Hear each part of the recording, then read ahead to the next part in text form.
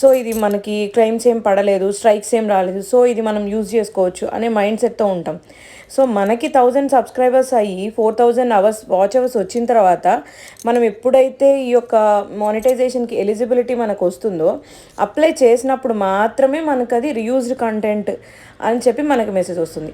So మనలో చాలామంది చేసే మిస్టేక్స్ ఏంటంటే గాడ్కి సంబంధించిన వీడియోస్, లేదంటే కొన్ని ప్రవచనాలు, కొంతమంది గొప్ప గొప్ప వ్యక్తులు చెప్పినటువంటి వాక్యాలు, అలాంటివన్నీ మనం కట్ చేసి చక్కగా వాటిని మనం పోస్ట్ చేస్తూ ఉంటాం. సో దానికి మంచి రీచ్ ఉంటుంది, మంచి ఫీడ్ ఇస్తాడు, మంచిగా వ్యూస్ వస్తాయి, అంత బాగుంటుంది. But end of the day మీకు ఏం జరుగుతుందంటే మానిటైజేషన్కి వచ్చినప్పుడు అది మన ఛానల్ అనేది ఎలిజిబిలిటీ అనేది ఎర్నింగ్కి పనికిరాదు. సో అదంతా రీయూజ్డ్ కంటెంటే, మనం అదొక స్క్రాప్ లానే అనుకోవాలి. సో దాన్ని మనం ఎట్టి పరిస్థితుల్లో కూడా ఇలాంటి మిస్టేక్ అయితే చెయ్యకండి. ఈవెన్